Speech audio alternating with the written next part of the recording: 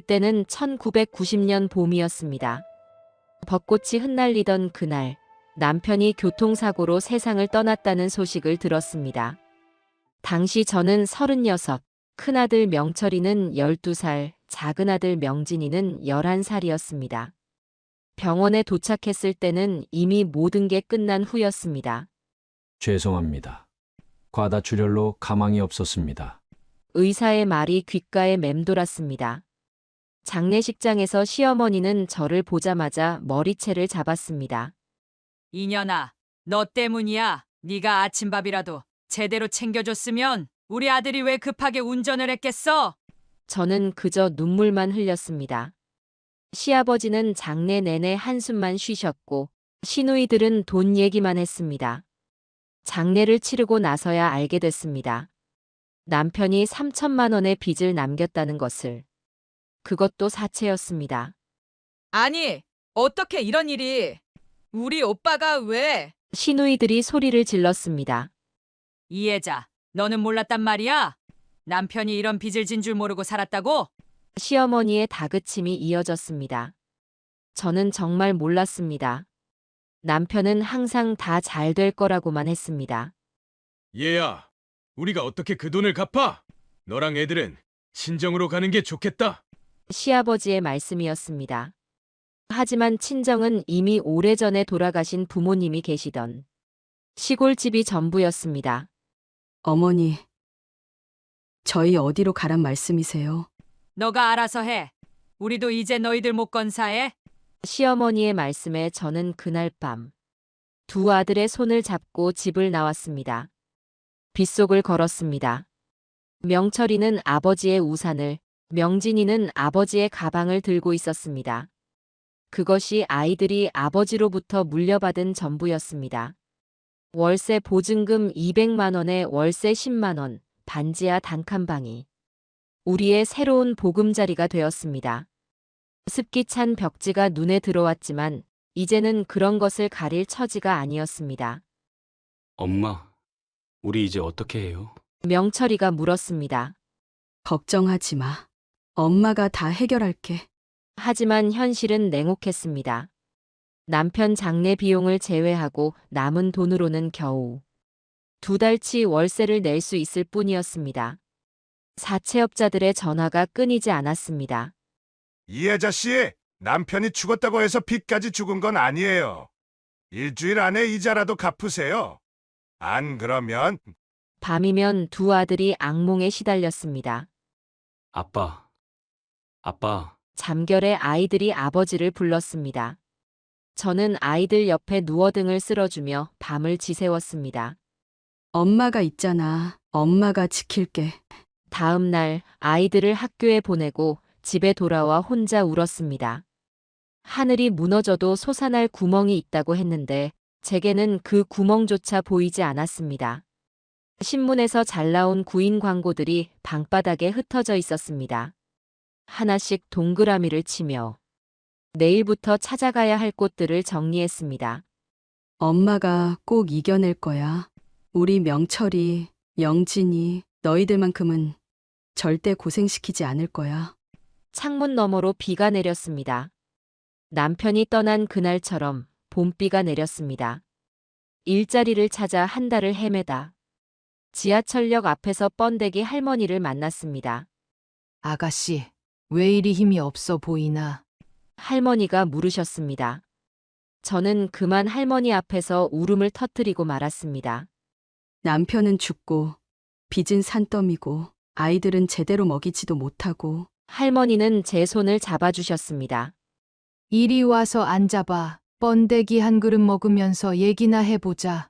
그렇게 할머니와의 인연이 시작되었습니다. 나도 40년 전에 너처럼 혼자가 됐어. 그때 시작한 게 이 번데기 장사야. 할머니는 저에게 번데기 장사의 모든 것을 가르쳐 주셨습니다. 새벽 4시에 일어나야 해. 시장 문 열자마자 가서 제일 좋은 걸 골라야지. 양념은 이렇게 만드는 거야. 이게 내 비법이니까 잘 기억해둬. 한 달 동안 할머니 가게에서 일을 배웠습니다. 이제 너가 혼자서도 할 수 있을 것 같구나. 내가 알고 있는 자리가 하나 있어. 할머니의 소개로 지하철역 3번 출구 앞에 자리를 잡았습니다. 첫날, 저는 새벽 3시 30분에 일어났습니다. 시장에 가는 버스를 놓칠까 두려웠습니다. 아줌마, 이른 시간부터 고생이네. 시장 상인들이 말을 걸었습니다. 네. 오늘부터 시작하는 거라서요. 그래, 열심히 해봐. 우리가 좋은 것만 골라줄게. 새벽 시장의 인심은 따뜻했습니다. 재료를 사고 양념을 만들어 자리를 잡으니 아침 7시였습니다. 어머, 여기 번데기 파는 곳이 생겼네. 안녕하세요. 방금 삶은 따끈따끈한 번데기입니다. 첫날 매출은 6,000원이었습니다. 하지만 저는 울지 않았습니다. 이제 시작이니까요. 엄마, 오늘은 늦었네. 집에 들어서자 명진이가 물었습니다. 응. 엄마가 이제 일을 시작했거든. 무슨 일 하는데요? 명철이가 궁금해했습니다. 번데기 장사, 지하철역 앞에서. 아이들의 표정이 어두워졌습니다. 창피해요. 명진이가 고개를 숙였습니다. 가슴이 찢어지는 것 같았지만 웃었습니다. 창피할 거 하나도 없어. 엄마는 떳떳해. 매일 같은 시간에 일어나 같은 일을 반복했습니다. 비가 와도 장사를 했고 눈이 와도 자리를 지켰습니다. 한겨울에는 국자를 잡은 손이 얼어붙었습니다. 아줌마, 장갑 끼고 하면 안 돼요. 아니에요. 이래야 국물 온도도 알 수 있고 양도 딱 맞게 담을 수 있어요. 점점 단골이 생기기 시작했습니다. 여기 번데기가 제일 맛있어요. 아줌마가 정성스럽게 하시니까 그렇지. 수입도 조금씩 늘어났습니다. 하루 10,000원, 30,000원, 가끔은 100,000원을 벌 때도 있었습니다. 하지만 아이들 학원비를 대기에는 턱없이 부족했습니다. 엄마, 진짜 학원 안 다녀도 돼요? 미안해. 조금만 더 기다려줘. 밤 11시가 되어서야 가게를 정리했습니다. 집에 돌아오면 아이들은 이미 잠들어 있었습니다. 책상 위에는 숙제를 한 흔적이 남아 있었고 냉장고에는 아이들이 먹다 남은 저녁밥이 있었습니다. 우리 착한 것들. 등교하는 아이들 도시락을 싸주지 못할 때가 많았습니다. 새벽부터 일하다 보면 도시락을 싸줄 시간이 없었습니다. 괜찮아요, 엄마. 학교 급식도 맛있어요. 그래도 한 달에 한 번은 꼭 도시락을 싸주려 했습니다. 그날만큼은 새벽 2시에 일어나 도시락을 준비했습니다. 오늘 도시락 진짜 맛있었어요. 그 말 한마디에 모든 피로가 날아갔습니다. 계절이 바뀌고 세월이 흘렀습니다. 장사를 시작한 지 6개월, 이제는 제법 요령이 생겼습니다. 손님들의 취향도 알게 되었고 말동무도 늘었습니다. 아줌마, 우리 아들이 이번에 대학 갔어요. 축하드려요. 우리 애들도 열심히 공부하는데 언젠가는. 그렇게 하루하루를 버텨냈습니다. 사채업자들의 독촉도 조금씩 해결해 나갔습니다.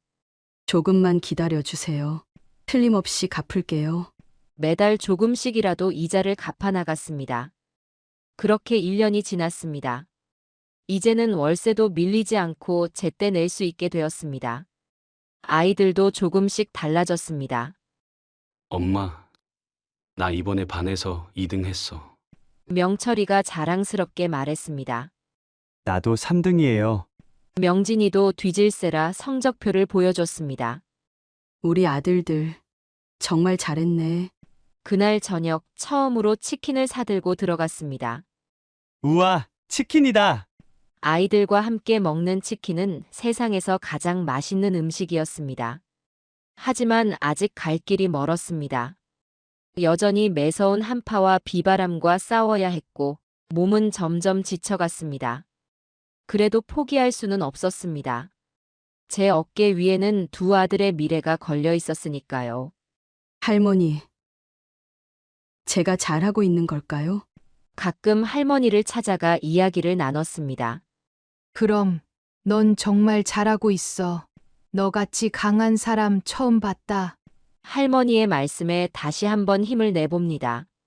내일도 모레도 그 다음 날도 저는 이 자리를 지킬 것입니다. 우리 아이들이 꿈을 이룰 때까지. 장사를 시작한 지 2년이 지난 어느 날이었습니다. 혜자야, 오랜만이구나. 갑자기 큰 시누이가 찾아왔습니다. 언니, 그동안 잘 지냈어. 소식도 없이 우리가 많이 미안했어. 시누이의 말투는 한없이 부드러웠습니다. 지하철역에서 번데기 장사한다는 소리 듣고 왔어. 혼자 이러고 있을 때가 아니야. 네, 나랑 같이 크게 해보자. 내가 투자할게. 시누이는 동업을 제안했습니다. 언니, 전 지금도 충분해요. 아이고, 너무 겸손하지 마. 너네 번데기 맛있다고 소문났더라. 결국 시누이의 끈질긴 설득에 넘어갔습니다. 처음에는 모든 게 좋아 보였습니다. 가게를 크게 냈고 테이블도 늘렸습니다. 역시 장사는 규모가 있어야지. 이러니까 더 손님이 많이 오잖아.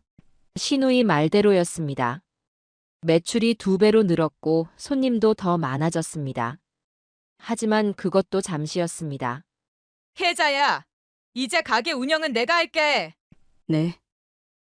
무슨 말씀이세요? 내가 투자한 돈이 더 많잖아. 그리고 난 네 시누이고. 하지만 언니, 약속이. 약속? 우리가 뭐 문서라도 썼나? 다 너를 위해서 하는 말이야. 시누이의 본색이 드러났습니다. 가게 통장도 시누이 이름으로 바뀌었고 매출 관리도 시누이 마음대로였습니다.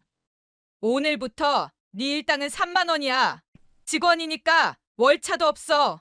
눈앞이 캄캄했습니다. 엄마, 왜 이렇게 늦게 와요? 명철이가 물었습니다. 조금 바빠서. 시간이 늦었네. 아이들에게는 말하지 않았습니다.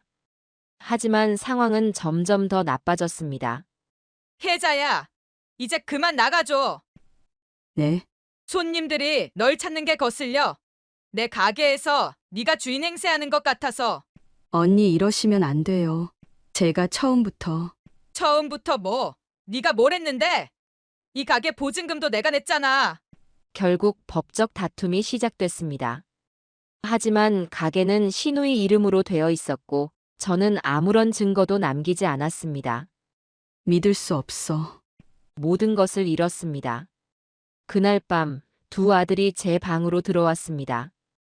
엄마, 우리가 다 알아요. 명철아, 이번에 제가 전교 1등 했어요. 의대 갈 거예요. 나도 법대 갈 거예요. 나중에 커서 엄마를 꼭 지켜줄 거예요. 아이들의 말에 눈물이 흘렀습니다. 미안해. 엄마가 너무 어리석었어. 아니에요. 엄마가 잘못한 거 없어요. 맞아요. 나쁜 건 고모예요. 그날 밤 우리 세 모자는 서로를 껴안고 울었습니다. 다음 날부터 다시 시작했습니다. 이번에는 시장 구석에서 조그맣게 시작했습니다. 아줌마, 여기서 하시는 거예요? 단골 손님들이 하나둘 찾아왔습니다. 맛은 여전하네요. 역시 아줌마가 최고예요. 다행히 손님들은 절 알아봐 주셨습니다. 엄마, 나 공부하다가 배고파서 왔어. 명철이가 가게에 들렀습니다. 우리 아들. 공부 열심히 하네. 의사가 될 거예요. 꼭요. 명진이도 학교 끝나면 가끔 들렀습니다. 엄마, 이번에 법 관련 책 읽었는데 재밌더라고요. 아이들은 제게 희망이었습니다. 시누이의 배신으로 모든 걸 잃은 것 같았지만 사실 가장 소중한 것들은 여전히 제 곁에 있었습니다. 이번에는 절대 누구도 믿지 않을 거예요. 제 힘으로 다시 시작할 거예요. 그렇게 저는 또다시 새로운 시작을 준비했습니다. 지하철역 8번 출구로 자리를 옮겼습니다. 여기서 다시 시작하면 되겠지. 이번에는 더 일찍 나왔습니다. 새벽 2시 30분 시장 문이 열리기도 전에 도착했습니다. 어이구, 이혜자 씨 먼저 왔네. 네. 오늘부터 더 일찍 나올 거예요. 상인들도 제 사정을 알고 있었습니다. 시누이한테 그런 일을 당했다면서 이번엔 잘 될 거야. 다들 좋은 재료를 골라주셨습니다. 양동이도 새로 샀습니다. 이번에는 번데기만이 아니라 새벽 배달도 시작했습니다. 여보세요. 독서실인데요. 수험생들 야참으로 번데기 20인분 배달되나요? 처음 받은 단체 주문이었습니다. 네. 가능합니다. 따뜻하게 해서 30분 안에 갖다 드릴게요. 자전거를 하나 구입했습니다. 밤 10시부터 새벽 2시까지는 배달만 했습니다. 고시원, 독서실, 학원가. 어디든 주문만 하면 달려갔습니다. 아줌마, 여기 스문의 시간 독서실이에요. 매일 이 시간에 20인분씩 가능할까요? 네. 가능합니다. 단골이 하나둘 늘어갔습니다. 엄마, 이렇게까지 하실 필요 있어요? 명철이가 걱정했습니다. 그래. 필요해. 우리 아들들 꿈을 이뤄야 하니까. 명철이의 의대 입시 학원비는 매달 80만 원이었습니다. 명진이의 법대 준비는 독서실비에 학원비까지 60만 원이 넘었습니다. 엄마, 이거 먹어요. 어느 날 명철이가 비타민을 건넸습니다. 우리 아들. 엄마 걱정되니? 얼굴이 많이 까맣게 타셨어요. 자전거 배달을 하다 보니 한여름 땡볕에 피부가 탔던 모양입니다. 명진이는 매일 밤 제 다리를 주물러줬습니다. 엄마, 하루에 몇 시간이나 자요? 충분히 자. 걱정 마. 실은 2시간도 못 잤습니다. 하지만 아이들의 성적표를 볼 때면 모든 피로가 날아갔습니다. 명철이는 전교 1등을 놓치지 않았고 명진이는 문과에서 최상위권을 유지했습니다. 이혜자 여사님, 두 아드님 정말 대단하십니다. 학부모 회의에 가면 다들 부러워했습니다. 두 아들은 주말마다 보육원에서 봉사활동을 했습니다. 엄마처럼 어려운 사람 돕는 게 좋아요. 그렇게 3년이 흘렀습니다. 이제는 새벽 배달만으로도 하루 매출이 70만 원을 넘었습니다. 이 번데기가 최고예요. 시험 기간에는 꼭 먹어야 해요. 수험생들 사이에서 입소문이 났습니다. 더 이상 학원비 걱정은 하지 않아도 됐습니다. 그리고 마침내 그날이 왔습니다. 엄마, 제가 명철이가 떨리는 손으로 합격 통지서를 내밀었습니다. 명문대학교 의과대학. 일주일 뒤 명진이도 명문대 법대 합격 소식을 들고 왔습니다. 우리 엄마 짱이야.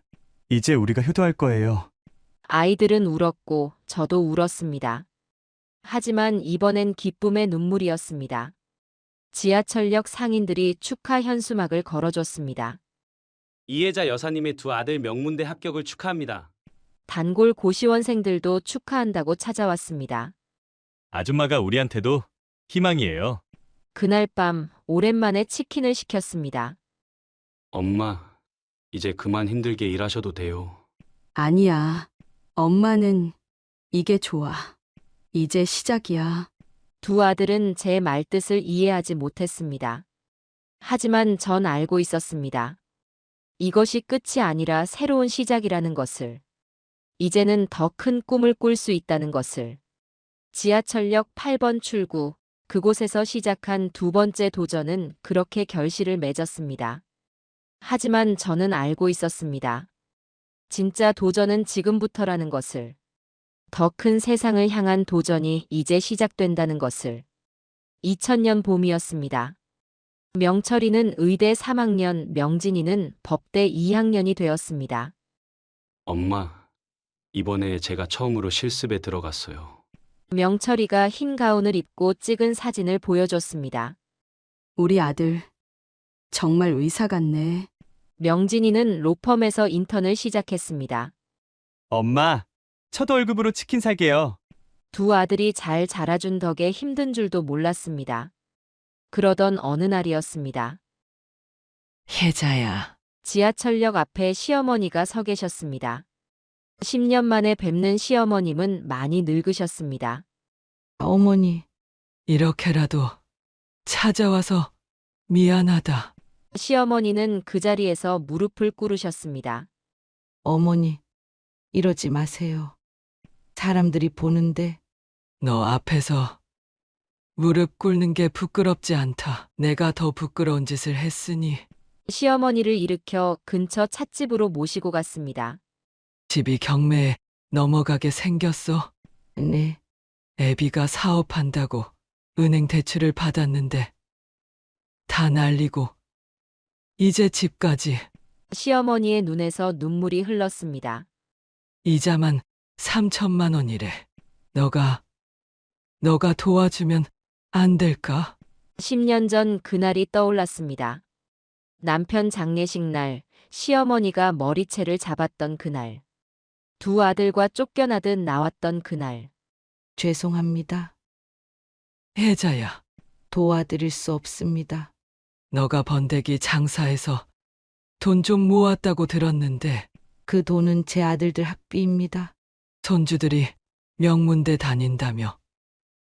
이제 됐잖아. 시어머니의 말씀에 화가 치밀었습니다. 어머니, 제가 가장 어려울 때 외면하셨죠? 그건 이제 와서 도와달라 하시면 안 됩니다. 이 몸이 늙어서 네 앞에 무릎 꿇었는데. 전 지금도 매일 새벽 2시에 일어납니다. 지하철역 앞에서 번데기 팔고 자전거로 배달하면서 살아요. 혜자야. 어머니는 저희 셋을 내쫓으실 때 이런 날이 올 줄 모르셨죠? 전 알고 있었어요. 언젠가 이런 날이 올 거란 걸. 무슨 소리야? 돈이 전부라고 생각하시니까 돈 없는 사람은 사람 취급도 안 하시잖아요. 이혜자. 죄송하지만 전 지금 자리에 만족합니다. 네가 이러면 이 시애비는 교도소에 가야 해. 시어머니가 마지막 카드를 꺼내셨습니다. 그건 어머니와 아버님께서 해결하셔야 할 문제입니다. 자리에서 일어났습니다. 잠깐만. 혜자야. 전 이만 가보겠습니다. 일하러 가봐야 해서요. 밖으로 나왔습니다. 봄비가 내리고 있었습니다. 남편이 떠난 그날처럼 보슬보슬 내리는 봄비. 자전거를 타고 배달을 다니다 울음이 터졌습니다. 엄마, 왜 울어요? 그날 밤 명진이가 물었습니다. 괜찮아. 그냥 먼지가 눈에 들어가서. 하지만 명진이는 이미 알고 있었습니다. 할머니 다녀가신 거 봤어요. 엄마가 거절하신 거죠? 고개를 끄덕였습니다. 잘하셨어요. 명진아. 우리가 제일 힘들 때 외면하신 분들이잖아요. 명철이도 돌아와 이야기를 들었습니다. 엄마, 우리가 있잖아요. 두 아들이 제 손을 잡았습니다. 고마워. 우리 아들들. 그날 이후 시어머니는 다시 찾아오지 않으셨습니다. 나중에 들으니 결국 집은 경매로 넘어갔다고 합니다. 시아버지는 친척 집에 들어가 사셨고 시어머니는 작은 원룸에서 혼자 사신다고 했습니다. 엄마, 후회 안 하세요? 명철이가 물었습니다. 아니, 후회 없어. 정말요? 그래. 엄마는 너희만 있으면 돼. 지하철역 앞 번데기 양동이를 보며 생각했습니다. 이게 내 성이고 내 집이고 내 전부라고. 그리고 믿었습니다. 이 선택이 옳았다는 걸. 앞으로도 오를 거란 걸. 그렇게 봄은 가고 여름이 왔습니다. 저는 여전히 새벽 2시에 일어나 번데기를 삶고 밤 12시까지 배달을 다녔습니다. 그것이 제가 선택한 길이었으니까요. 그것이 제가 지켜내야 할 자존심이었으니까요. 세월이 참 빠르게 흘렀습니다. 명철이는 대학교 병원 흉부외과 전문의가 되었고 명진이는 서울 강남의 대형 로펌 변호사가 되었습니다. 엄마, 이제 그만 일하셔도 될 것 같아요. 어느 날 두 아들이 찾아왔습니다. 무슨 소리야? 저희가 강남에 아파트를 계약했어요. 명진이가 서류 봉투를 내밀었습니다. 34층이에요. 한강이 보이는 집이에요. 엄마, 이제는 좀 쉬세요. 아들들의 마음이 고마웠습니다. 고맙다.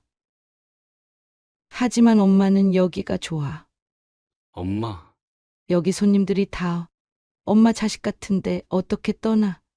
매일 아침 마주하는 단골 손님들의 얼굴이 떠올랐습니다. 이혜자 여사님, 오늘도 번데기 맛있네요. 할매 시험 망쳤는데 위로 한 그릇만 주세요. 아줌마 딸이 취직했어요. 오늘은 제가 한턱 쏠게요. 이런 이야기들이 제 인생의 한 부분이 되었습니다. 엄마, 그래도 이제 새벽 배달은 그만하시면 안 될까요? 그건 더더욱 안 돼. 새벽 배달은 제 자부심이었습니다. 10년이 넘도록 단 하루도 거르지 않았습니다. 할매 번데기가 최고야. 시험 전날에는 꼭 먹어야 돼. 이제는 3대째 단골도 생겼습니다. 저희 할아버지도 할매 번데기 드시고 건강이 좋아지셨어요. 젊은 의대생이 그러더군요. 엄마, 무릎이 많이 안 좋으시다면서요? 명철이가 걱정스레 물었습니다. 의사 선생님이 보시기에는 어떠세요? 엄마, 난 이게 행복해. 새벽에 일어나서 번데기 삶고 하지만 손님들이랑 이야기 나누는 게 내 낙이야. 두 아들은 더 이상 뭐라 하지 못했습니다. 대신 약속할게. 네, 아프면 바로 이야기할게. 그리고 힘들면 쉴게. 그제야 두 아들이 웃었습니다. 그래도 가끔은 새 집에 와서 주무시고 가세요. 그럴게. 하지만 새 집에서 자는 날보다 가게에서 보내는 날이 더 많았습니다. 이혜자 씨, 아들이 의사라며? 네. 우리 큰아들이요. 작은 아들은 변호사라고? 네. 강남에서 일해요. 이런 이야기를 하면 가슴이 뿌듯했습니다. 그런데 왜 아직도 이 일을 하세요? 손님들이 종종 묻곤 했습니다. 이게 제 인생이에요. 아들들이 모시려고 해도 안 가세요? 네. 여기가 제일 행복해요. 진심이었습니다. 번데기 삶는 김이 제 얼굴에 닿을 때, 손님들이 맛있다고 말씀해 주실 때, 새벽 배달을 기다리던 학생이 합격 소식을 전해올 때, 그때마다 가슴이 따뜻해졌습니다. 엄마, 정말 이게 행복하세요? 명진이가 물었습니다. 그럼 이게 내 전부야. 엄마 덕분에 저희가 이만큼 컸잖아요. 아니야. 너희들이 잘 자라준 덕분이야.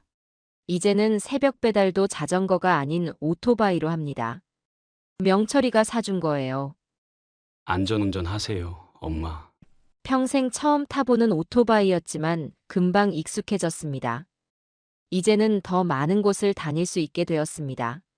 할매, 우리 독서실에도 와주세요. 소문을 듣고 멀리서도 주문이 들어옵니다. 네. 어디든 갈게요. 살면서 이렇게 행복했던 적이 있었을까요?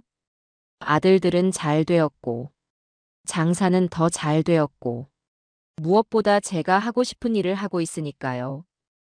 엄마, 저희가 효도도 못 해드리고 무슨 소리야. 너희가 이렇게 잘 자라준 게 최고의 효도지. 매일 밤 두 아들에게 전화가 옵니다. 엄마, 오늘도 장사 잘 되셨어요? 응, 잘 됐어. 내일은 제가 아침 일찍 가볼게요. 이런 게 행복 아닐까요? 자식 자랑하는 것도 행복. 일하는 것도 행복. 모든 게 다 행복한 나날들. 이혜자 여사님은 정말 대단하세요. 동네 사람들이 그럽니다. 아니에요. 전 그저 제가 좋아하는 일을 할 뿐이에요. 행복은 바로 이런 것이 아닐까요? 명철이한테 전화가 왔습니다. 엄마, 할머니가 우리 병원에 입원하셨어요. 순간 가슴이 철렁했습니다. 뭐라고? 췌장암이래요. 많이 늦게 발견됐대요. 제가 주치의예요. 시어머니가 아들 병원에 입원하셨다는 소식을 듣고 한동안 말을 잇지 못했습니다. 엄마, 와보실래요? 지금 갈게. 번데기 양동이를 정리하고 택시를 타고 병원으로 향했습니다.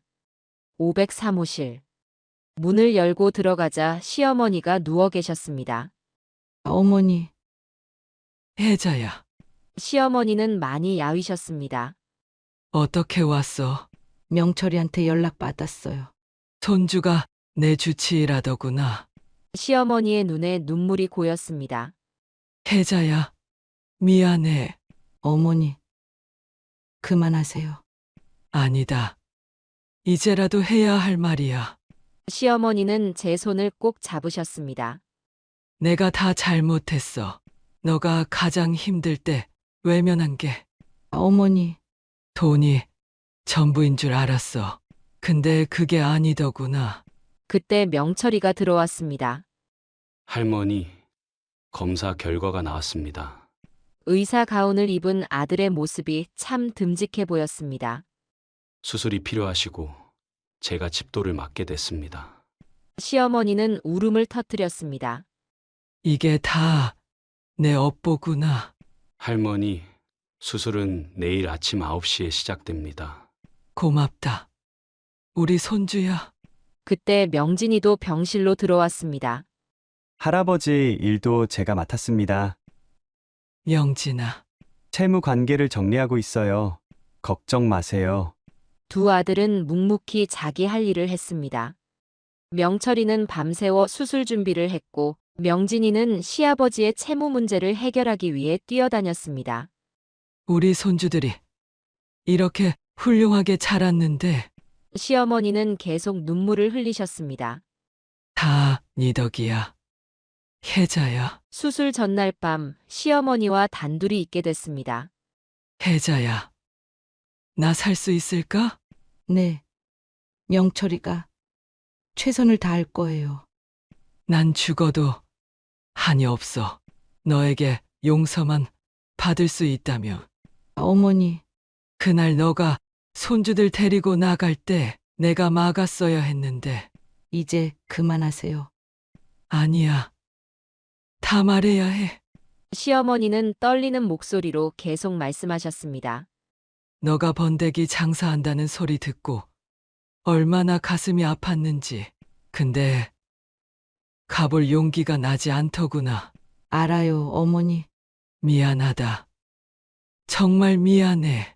다음 날 아침 수술실 앞. 할머니, 걱정 마세요. 제가 책임지고 수술하겠습니다. 명철이가 시어머니의 손을 잡았습니다. 고맙다. 내 손주야. 8시간의 수술이 끝났습니다. 수술은 성공적이었습니다. 명철이의 말에 모두가 안도의 한숨을 쉬었습니다. 일주일 후 시어머니는 의식을 되찾으셨습니다. 혜자야. 네, 어머니. 이제 나 번데기 먹어도 될까? 네. 어머니. 네가 파는 번데기 한 번도 못 먹어봤어. 눈물이 왈칵 쏟아졌습니다. 끓여다 드릴게요. 고맙다. 그날 이후로 매일 병문안을 갔습니다. 새벽 장사를 마치고 번데기를 끓여 병원으로 향했습니다. 혜자야. 네, 어머니. 이게 그렇게 맛있다던 번데기구나. 이걸로 우리 손주들 키워냈다니. 시어머니의 눈에서 또다시 눈물이 흘렀습니다. 한 달 후 시어머니는 퇴원하셨습니다. 명진이가 임대해준 원룸에서 시아버지와 함께 살게 되셨습니다. 혜자야. 네. 이제라도 우리 며느리라고 불러도 될까? 어머니. 그렇게 우리는 20년 만에 다시 가족이 되었습니다. 어느 날 낯선 양복 차림의 남자가 찾아왔습니다. 혹시 이혜자 여사님이신가요? 네. 그런데요. 저는 땡땡푸드 해외 사업부이사 김민석입니다. 무슨 일로? 이혜자 할머니의 번데기 맛을 들어보고 싶어서 찾아왔습니다. 알고 보니 이 사람은 대기업 식품회사의 임원이었습니다. 저희가 일본과 동남아에 한국 식품을 수출하고 있는데요. 네. 실은 한 달째 지켜보고 있었습니다. 새벽 배달부터 번데기 맛과 위생까지 모든 걸 살펴봤다고 했습니다. 할머니의 번데기 레시피로 해외 진출을 하고 싶습니다. 순간 귀를 의심했습니다. 해외요? 네, 일본에서는 이미 시장 조사를 마쳤습니다. 그들은 진지했습니다. 할머니의 이야기도 함께 알리고 싶습니다. 제 이야기라뇨. 30년 동안 한자리에서 새벽 배달까지 하시면서 두 아들을 명문대 의대, 법대 나오게 하신 이야기요. 그런 이야기가 뭐가 대수라고. 충분히 가치 있는 이야기입니다. 다음 날 땡땡푸드 본사에서 정식 제안이 들어왔습니다. 명진이가 계약서를 꼼꼼히 검토했습니다. 엄마, 이건 정말 좋은 기회예요. 해외 수출용 번데기 소스 독점 공급 계약. 로열티는 매출의 5%. 이 정도면 엄마는 이제 평생 일 안 하셔도 됩니다. 하지만 전 한 가지 조건을 달았습니다. 제가 하는 새벽 배달은 계속하게 해주세요.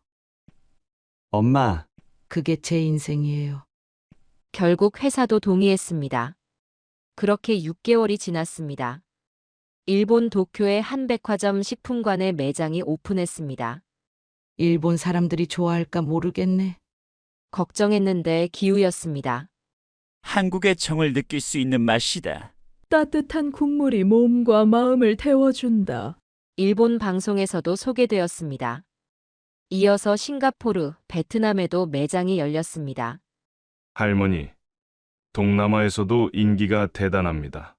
회사에서 보내주는 로열티가 매달 수천만 원씩 들어왔습니다. 엄마, 이제 정말 편히 쉬세요. 하지만 전 여전히 새벽 2시에 일어났습니다. 번데기를 삶고 양념을 하고 배달을 나갔습니다.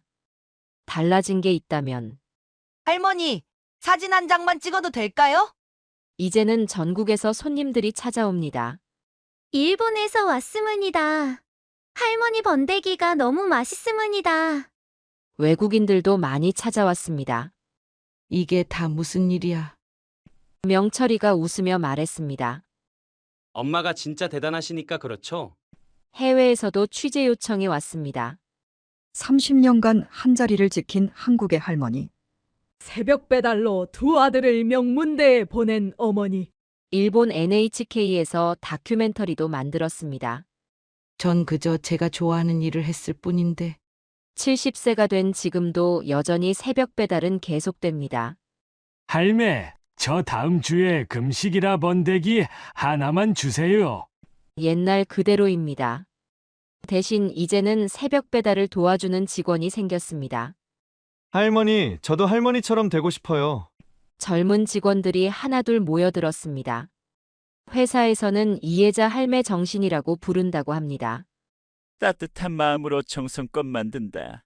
절대 손님을 차별하지 않는다. 새벽 배달도 단 하루도 거르지 않는다. 이런 걸 직원 교육에 넣었다고 하더군요. 얼마 전에는 대학에서 강연 요청도 왔습니다. 전 별로 대단한 사람이 아닌데. 어머니의 삶 자체가 가장 위대한 강의입니다. 그래도 전 여전히 새벽 2시에 일어나 번데기를 삶습니다. 여전히 고시원, 독서실을 돌며 배달을 합니다. 엄마, 이제 그만 쉬세요. 아들들이 걱정할 때마다 말합니다. 이게 내 인생이야. 하지만 난 이렇게 사는 게 행복해. 로열티로 들어오는 돈은 전부 장학재단을 만드는 데 썼습니다. 힘든 사람들을 돕고 싶어. 이제는 매년 100명의 학생들에게 장학금을 지원합니다. 할머니, 저도 장학금 받았어요. 감사합니다. 이런 인사를 들을 때마다 가슴이 따뜻해집니다. 30년 전 이 자리에서 처음 번데기를 팔던 그날이 떠오릅니다. 남편 잃고 두 아들과 쫓겨나 이곳에 왔던 그날. 세상에 이런 일이 다 있을 줄이야. 하늘에 있는 남편도 이런 날이 올 줄 알았을까요? 여보, 우리 잘 살고 있어요. 오늘도 새벽이 밝아옵니다. 저는 여전히 이 자리에 있습니다. 변한 건 하나도 없습니다. 다만 이제는 더 많은 사람들과 이 행복을 나눌 수 있게 되었을 뿐입니다. 새벽 하늘을 보며 생각합니다. 36에 시작한 이 자리가 이제는 제 집이 되었네요. 차가운 새벽 공기를 가르며 달리던 자전거는 이제 추억이 되었지만 번데기 양동이에서 피어오르는 하얀 김은 여전히 같은 모양입니다. 세상은 참 많이도 변했는데 제 마음속 그 자리만은 그대로입니다. 매일 아침 떠오르는 해를 보며 다짐했던 그 초심도, 매일 밤 달빛 아래 걸었던 그 발걸음도, 시간이 흘러도 제자리를 지키는 건 어쩌면 그게 진정한 성공이 아닐까요? 돈이 전부일 것 같던 그 시절. 사람이 희망이란 걸 이제야 알았습니다. 뜨거운 번데기 한 그릇에 담긴 정의. 세상 어디를 가도 통한다는 걸 이제야 깨달았습니다. 36의 절망이 70의 희망으로 바뀌는 동안 제가 지킨 건 그저 이 작은 자리 하나뿐인데 세상은 그걸 대단하다 하네요. 하지만 전 압니다. 진정한 성공은 돈도 명예도 아닌 매일 아침 이 자리를 지키는 것. 그게 바로 제 인생이란 걸 이제는 알겠습니다. 인생은 영원한 새벽 배달이란 걸. 목적지보다 중요한 건 그 길을 걷는 것이란 걸. 그리고 그 길에서 만나는 따뜻한 사람들이란 걸. 오늘도 새벽이 밝아옵니다. 여전히 가슴 한켠이 설렙니다. 이 길의 끝이 어디일지는 모르지만 이렇게 걷는 것만으로도 충분히 행복합니다. 오늘 저는 제 아들 명수의 이야기를 들려드리려 합니다. 명수는 제게 하나뿐인 아들이었습니다. 그 아이가 태어났을 때부터 저는 늘 명수만을 생각하며 살았습니다. 명수는 어릴 때부터 속이 깊은 아이였습니다. 저와 남편이 농사일로 바쁜 날이면 스스로 할 일을 찾아 하며 어른스럽게 행동했습니다. 학교에서 돌아오면 숙제를 끝내고 밭으로 나와 저희를 돕곤 했습니다. 엄마, 제가 밭 한쪽이라도 메고 있을게요. 명수가 이 말을 했던 날이 아직도 잊히지 않습니다. 그 어린 손으로 잡초를 뽑아내며 열심히 돕던 모습이 눈앞에 선합니다. 그러던 명수가 어엿한 청년이 되었습니다. 고등학교를 졸업하자마자 바로 농사일을 시작했습니다. 남들은 도시로 나가 직장을 구하고 새로운 삶을 시작하려 했지만 명수는 처음부터 끝까지 저희와 함께 농사를 짓겠다고 했습니다. 엄마, 저는 도시 생활은 체질에 안 맞아요. 여기서 엄마 아빠랑 살면서 농사 짓고 싶어요. 저는 아들의 그 말이 얼마나 고마웠는지 모릅니다. 하지만 한편으로는 아들이 농사만 짓다가 자기 인생을 놓치는 건 아닌지 걱정도 되었습니다. 그래서 몇 번이나 말했지요. 명수야, 너가 정말 하고 싶은 일이 있다면 해봐도 된다. 엄마 아빠가 어떻게든 도와줄게. 그럴 때마다 명수는 웃으며 고개를 저었습니다. 엄마, 저는 딴 데 가서 뭘 하는 것보다 여기서 부모님이랑 함께 하는 게 더 좋아요. 그렇게 성실하고 따뜻했던 명수가 떠나버렸습니다. 이젠 다시는 그 아이의 웃는 얼굴을 볼 수 없게 됐습니다. 명수는 하루도 쉬지 않고 열심히 일하는 아이였습니다. 늘 새벽같이 일어나 밭으로 나갔고 저녁 늦게까지 경운기를 몰며 일을 했습니다. 저와 남편은 그런 아들이 너무 고맙고 대견하면서도 안쓰러웠습니다. 명수야, 좀 쉬면서 해라. 너무 무리하면 건강 다 망친다. 그럴 때마다 명수는 손을 내저으며 말했지요. 엄마, 저는 괜찮아요. 엄마 아빠가 고생하는 게 더 보기 힘들어요. 하지만 그날은 달랐습니다. 명수가 경운기를 몰고 나간 새벽, 저는 왠지 모를 불안함에 휩싸였습니다. 아침이 되도록 명수는 집으로 돌아오지 않았습니다. 밭으로 나가보니 경운기가 전복되어 있었습니다. 명수는 그 아래에서 숨을 쉬지 않고 있었습니다. 그 순간 저는 제 심장이 멈추는 줄 알았습니다. 어떻게 그런 일이 일어날 수 있었을까요? 명수는 누구보다도 조심스러운 아이였습니다. 경운기를 다룰 때는 항상 안전에 신경 썼습니다. 그런데도 이런 일이 벌어졌다는 사실이 믿기지 않았습니다. 제가 정신을 차리고 명수의 장례를 치르기로 했을 때 며느리 서연이 나타났습니다. 그 아이는 명수의 아내였습니다. 하지만 그날 서연의 행동은 정말 충격적이었습니다. 장례식장에서 서연은 눈물을 흘리기는커녕 친구들과 웃으며 카톡을 하고 있었습니다. 조문객들이 눈살을 찌푸릴 정도로 그 태도는 적나라했습니다. 저는 그 모습에 차마 말을 꺼낼 수 없었습니다. 제가 대체 무슨 생각으로 이러는 걸까? 그저 속으로 되뇌며 견딜 수밖에 없었습니다. 서연은 장례 기간 내내 단 한 번도 제게 말을 걸지 않았습니다. 조문객들이 명수를 추모하며 눈물을 흘릴 때 서연은 친정 식구들을 불러 호화로운 음식을 시켜 먹었습니다. 그 모든 모습이 마치 꿈처럼 비현실적이었습니다. 아니, 악몽 같았습니다. 그날 이후로 저는 명수를 떠올릴 때마다 서연의 모습이 함께 떠오르곤 했습니다. 제 아들은 그렇게 열심히 살다가 세상을 떠났는데 그런 아들의 아내가 그토록 무심한 태도를 보였다는 사실이 제 가슴을 찢어 놓았습니다. 이제 저는 그 이야기를 들려드리려 합니다. 명수의 죽음 이후로 제가 겪었던 일들, 그리고 그로 인해 밝혀진 진실들을 말입니다. 이 이야기가 끝날 때쯤 여러분도 제 마음을 조금은 이해할 수 있으리라 믿습니다. 명수는 3년 전 마을 이웃의 소개로 서연을 만났습니다. 소개해준 이웃은 서연을 도시에서 자랐지만 성격이 밝고 착한 아가씨라고 칭찬하며 권유했습니다. 명수는 처음 만난 자리에서부터 서연에게 호감을 느꼈던 모양입니다.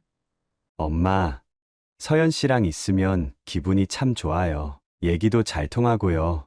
도시 사람이라 우리 농사일에 익숙하진 않겠지만 시간이 지나면 적응하겠죠? 명수는 그렇게 말하며 얼굴에 웃음을 띄었습니다. 그 아이가 좋아한다니 저도 반대할 이유가 없었습니다. 다만 첫인상부터 조금은 걱정되는 부분이 있었습니다. 서연은 굉장히 세련된 아이였습니다. 깨끗하게 다려입은 명품 옷과 머리부터 발끝까지 빛나는 화려한 액세서리, 그리고 무엇보다 말투와 행동에서 묻어나는 도시 사람의 기운이 제게는 낯설게 느껴졌습니다.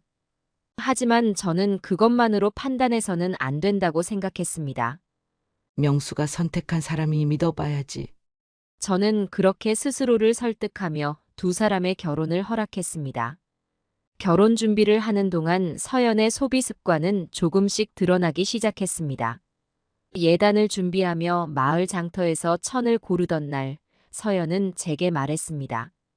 어머님, 이건 좀 촌스럽지 않나요? 이왕이면 백화점에서 더 좋은 걸로 준비하면 어떨까요? 저는 깜짝 놀랐습니다.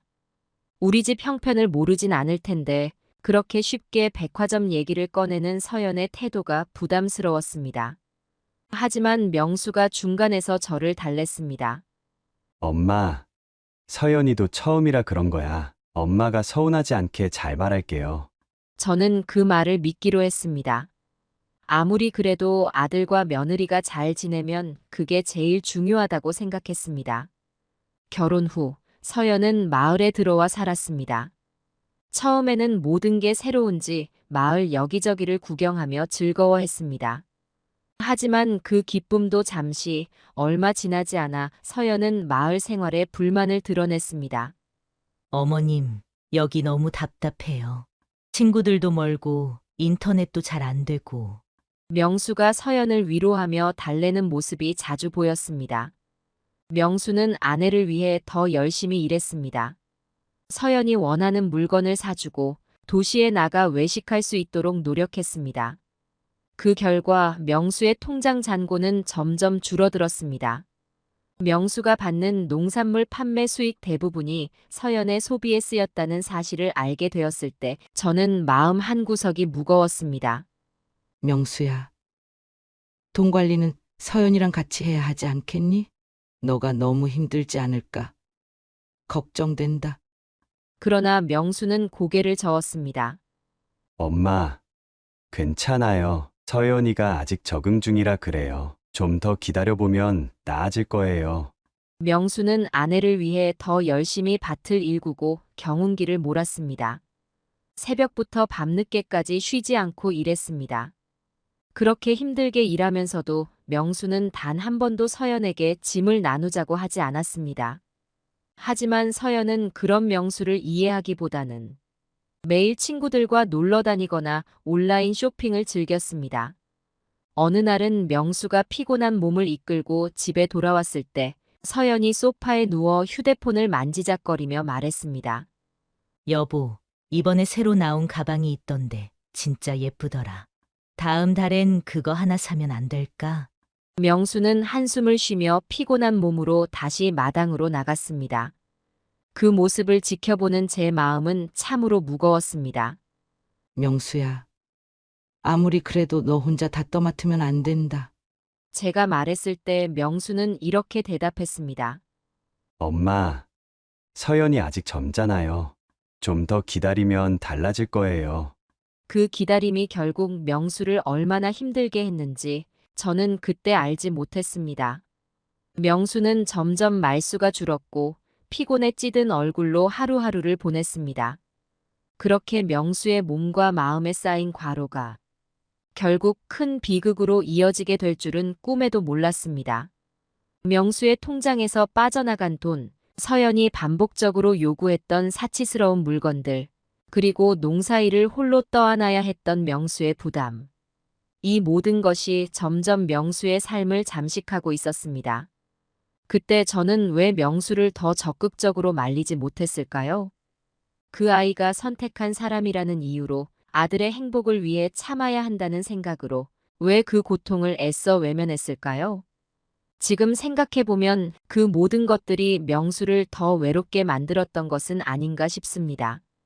아들을 위해 믿고 기다렸던 그 선택이 결국 비극으로 이어졌다는 사실이 저를 끝없이 후회하게 만듭니다.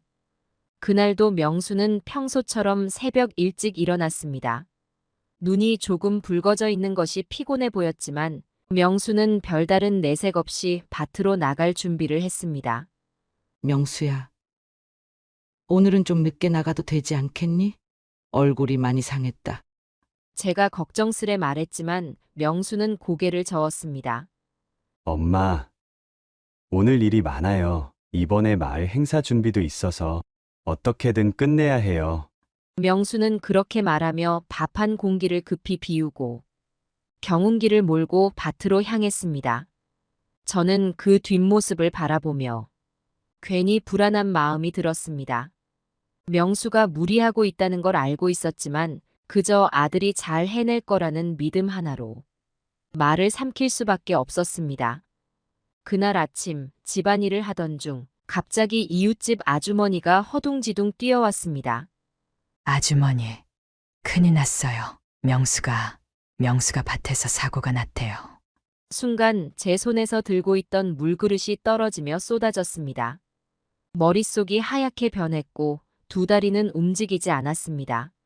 하지만 정신을 차리고 이웃들과 함께 사고 현장으로 달려갔습니다. 그곳에는 전복된 경운기와 그 밑에 깔려 움직이지 않는 명수가 있었습니다. 명수는 이미 숨을 쉬지 않았습니다. 그 얼굴에는 여전히 땀방울이 맺혀 있었습니다. 저는 비명을 지르며 명수를 붙잡았습니다. 명수야, 일어나라. 아들아, 이게 무슨 일이니? 하지만 명수는 아무 대답도 하지 않았습니다. 그 차갑고 고요한 모습이 제가 사랑하는 아들의 마지막 모습이었다는 사실이 믿기지 않았습니다. 구급차가 도착했지만 이미 모든 게 늦었습니다. 명수는 그렇게 일하던 경운기 밑에서 세상을 떠났습니다. 그 후 경찰과 마을 사람들이 모여 사고 현장을 조사했습니다. 경운기가 경사진 곳에서 뒤집히며 명수를 덮친 것으로 결론이 났습니다. 하지만 저는 마음 한구석에서 계속 의문이 들었습니다. 명수는 경운기를 누구보다도 잘 다뤘는데 어떻게 이런 일이 일어날 수 있지? 서연에게 연락을 했습니다. 하지만 서연은 2시간이나 지나서야 나타났습니다. 그동안 저는 멍한 상태로 명수의 곁에 앉아 있었습니다. 눈물도 나오지 않았습니다. 마치 꿈을 꾸는 것만 같았습니다. 서연이 장례식장에 도착했을 때 저는 그녀가 어떻게 반응할지 궁금했습니다. 남편을 잃은 아내로서 그녀도 슬픔에 잠길 것이라고 믿었습니다. 하지만 서연은 나타나자마자 아무 일도 없었다는 듯이 행동했습니다. 심지어 친구들과 휴대폰을 보며 카톡을 하며 웃고 있었습니다. 그 모습을 본 순간 제 머리와 가슴이 동시에 얼어붙었습니다. 조문객들이 하나둘 장례식장을 찾기 시작했습니다. 하지만 서연은 전혀 상주 같지 않았습니다. 검은 옷 대신 밝은 회색 원피스를 입고 진한 화장을 한 모습은 슬픔을 느끼게 하는 것이 아니라 마치 파티에 참석한 사람처럼 보였습니다. 서연의 친정 식구들까지 와서는 자신들끼리 음식을 시켜 먹으며 조용히 명수를 추모하려던 분위기를 망쳐놓았습니다. 조문객들은 하나같이 놀란 얼굴로 저를 바라보며 수군댔습니다. 김할머니, 이게 뭐예요? 며느리가 상주인데 왜 저렇게 행동하는 거죠? 저는 아무 대답도 할 수 없었습니다. 저 역시 충격으로 아무런 생각도 하지 못한 채 그저 멍하니 서연과 조문객들 사이를 오가는 시선을 따라갈 뿐이었습니다. 그날 밤 서연이 친구들과 모여 웃으며 떠드는 소리가 장례식장 밖에서 들려왔습니다. 저는 그 소리를 듣고도 참아 나가지 못했습니다. 명수가 이렇게 갔는데 어떻게 이럴 수 있지? 그날 밤 저는 오열하며 명수의 사진을 붙잡았습니다. 명수야, 너가 이렇게 떠났는데 며느리는 너를 위해 울어주지 않는 걸까? 엄마가 너무 미안하다. 이렇게 만든 건 엄마의 잘못이야. 장례식 내내 서연은 단 한 번도 눈물을 흘리지 않았습니다. 제게 고개 숙여 사과하는 일도 없었습니다. 오히려 주변 사람들에게 미소를 보이며 명수의 죽음과는 전혀 관련 없는 이야기를 나누고 있었습니다. 저는 그 장례식장에서 느낀 서연의 행동을 평생 잊을 수 없을 것입니다. 명수를 떠나보내는 그 순간에도 저는 내내 서연의 웃는 얼굴만이 제 머릿속을 떠나지 않았습니다. 장례식이 끝난 뒤 저는 집으로 돌아와 모든 것이 멍한 상태였습니다. 명수가 없는 집안 풍경은 어딘가 텅 비어있는 느낌이었습니다. 작은 방 안에 걸린 명수의 사진을 바라보며 저는 하루 종일 아무 말도 하지 못했습니다. 며칠 후 예상치 못한 전화 한 통이 걸려왔습니다. 보험회사에서 온 전화였습니다. 고인이 남긴 생명보험에 대해 안내드리려고 합니다. 저는 생명보험 이야기에 깜짝 놀랐습니다. 명수가 보험을 들어놓은 적이 있다는 것을 저는 전혀 알지 못했습니다. 명수가 보험을 들었나요? 네. 5억 원의 사망보험금을 남기셨습니다. 보험사 직원의 차분한 말투는 오히려 저를 더 놀라게 했습니다. 그 큰 금액이 어떻게 된 일인지 당황스러운 마음에 물었습니다. 제가 보험금에 대해 더 알아봐야 할 것 같아요. 누가 수령인으로 지정됐나요? 직원은 잠시 말을 멈추더니 뜻밖의 대답을 내놓았습니다. 수령인은 배우자인 서연 씨로 지정되어 있습니다. 결혼 직후에 변경된 기록이 있습니다. 그래서 전화드렸어요. 좀 이상해서요. 그 말을 듣고 저는 마치 머리를 한 대 얻어맞은 것 같은 충격을 받았습니다. 명수가 결혼 전까지는 수령인을 저로 지정해 놓았다는 사실까지 들으니 더 이상 말을 이을 수 없었습니다. 결혼 직후에 수령인을 바꿨다고요? 제 목소리는 떨리고 있었습니다. 직원은 당황한 듯 잠시 침묵하다가 네. 변경 서류가 저희 쪽에 남아 있습니다. 라고 대답했습니다. 그날 저는 온종일 그 사실을 곱씹었습니다. 왜 명수는 수령인을 바꿨을까? 그리고 그 변경은 정말 명수의 의지였을까? 모든 것이 의문투성이었습니다. 며칠 후 저는 서연에 대해 알아보기로 결심했습니다. 명수와 결혼하기 전 그녀의 삶에 대해 너무 몰랐던 제 자신이 원망스러웠습니다. 명수를 위해서라도 진실을 밝혀야겠다고 생각했습니다. 뒷조사 결과는 저를 다시 한번 충격에 빠뜨렸습니다. 서연에게는 이미 다른 남자가 있었습니다. 그 남자와 서연이 함께 있는 사진과 둘이 주고받은 메시지들이 제 손에 들어왔습니다. 자기야, 이제 계획대로 됐어? 조금만 기다리면 우리 원하는 대로 할 수 있어. 서연이 그 남자에게 보낸 메시지였습니다. 이 메시지를 본 순간 저는 다리가 풀려 주저앉고 말았습니다. 명수를 속이고 그런 끔찍한 짓을? 입에서 탄식만 나왔습니다. 더 깊이 조사를 하자 서연이 결혼 직후부터 명수의 통장을 관리하면서 명수의 모든 경제적 자산을 자신의 명의로 돌리기 시작했다는 사실도 드러났습니다. 그녀는 철저히 준비하고 있었던 것입니다. 명수를 철저히 이용하고 마지막까지 버릴 계획이었던 것이 분명했습니다. 결혼 전 서연은 이미 명수에게 지금의 남자와 같은 방식으로 접근했을지도 모른다는 생각에 저는 분노를 넘어서 참담함을 느꼈습니다. 저는 경찰에 이 사실을 전달하기로 결심했습니다. 명수의 죽음이 단순한 사고가 아니라 어쩌면 계획된 일이었을지도 모른다는 의심이 점점 커졌습니다. 그러나 경찰에 가는 길, 저는 명수의 사진을 다시 보며 눈물을 참을 수 없었습니다. 명수야, 엄마가 제대로 알지도 못하면서 너를 이런 상황에 두게 했구나. 미안하다. 아들아. 보험금, 남자와의 메시지, 그리고 수상한 정황들까지. 이 모든 것이 서연을 향한 의심으로 이어졌습니다. 그러나 저는 여전히 명수의 죽음이 그녀와 관련이 있다는 명백한 증거를 확보하지 못했습니다. 경찰의 진실을 밝히려면 더 많은 것이 필요했습니다. 그날 밤, 저는 명수의 방에서 아들의 물건을 정리하며 흐느꼈습니다. 명수를 향한 그리움과 억울하게 떠난 아들의 진실을 밝히고 싶다는 의지가 교차했습니다. 그리고 저는 다시 마음을 다잡았습니다. 명수를 위해서, 그리고 아들의 억울함을 풀기 위해서라도 진실을 끝까지 밝혀야겠다고 다짐했습니다. 서연의 행적과 명수의 죽음의 진실이 밝혀지기 전까지 저는 결코 멈출 수 없었습니다. 경찰 조사가 시작되었을 때 저는 이미 마음의 준비를 하고 있었습니다. 명수의 죽음이 단순한 사고로 처리되지 않길 바랐습니다. 저는 처음부터 끝까지 경찰과 협조하며 진실을 밝혀야겠다는 생각뿐이었습니다. 경찰은 사고 현장과 명수의 경운기를 철저히 조사하기 시작했습니다. 처음에는 경운기의 노후화와 경사로에서의 부주의로 인한 단순 사고로 결론 날 것 같았습니다. 하지만 조사 과정에서 뜻밖의 증거들이 발견되며 모든 상황이 새로운 국면으로 접어들었습니다. 조사 중 한 이웃이 경찰에 중요한 증언을 했습니다.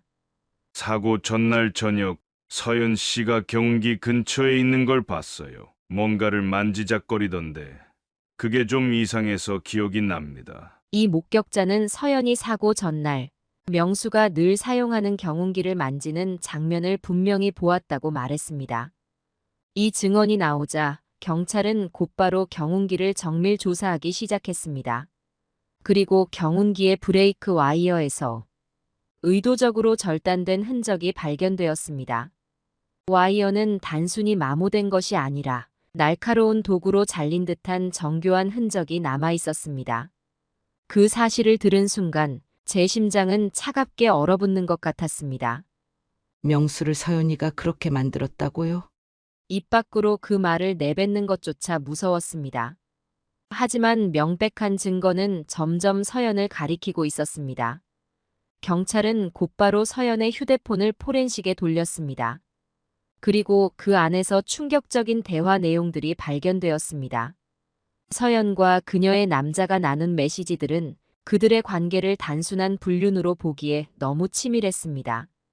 대화 내용 중 일부는 명수의 사고와 관련된 암시로 보이는 문구들로 가득했습니다. 내가 준비 다 해놨어. 그 사람만 없어지면 우린 더 이상 걱정할 게 없어. 확실해?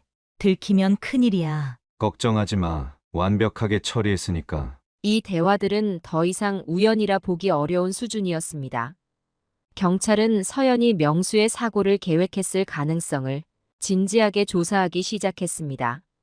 저는 이 모든 걸 들으면서도 믿을 수 없다는 생각과 믿고 싶지 않다는 마음이 뒤섞였습니다. 그토록 명수를 사랑한다던 사람이 어떻게 이런 끔찍한 일을 계획할 수 있었을까요? 서연은 경찰 조사에서 자신의 결백을 주장했습니다. 저는 남편을 사랑했습니다. 이런 일을 계획했다니. 너무 억울해요. 그러나 그녀의 말은 점점 무너져 내렸습니다. 그녀의 핸드폰에서 발견된 또 다른 증거들은 그녀의 말을 반박하는 데 충분했습니다.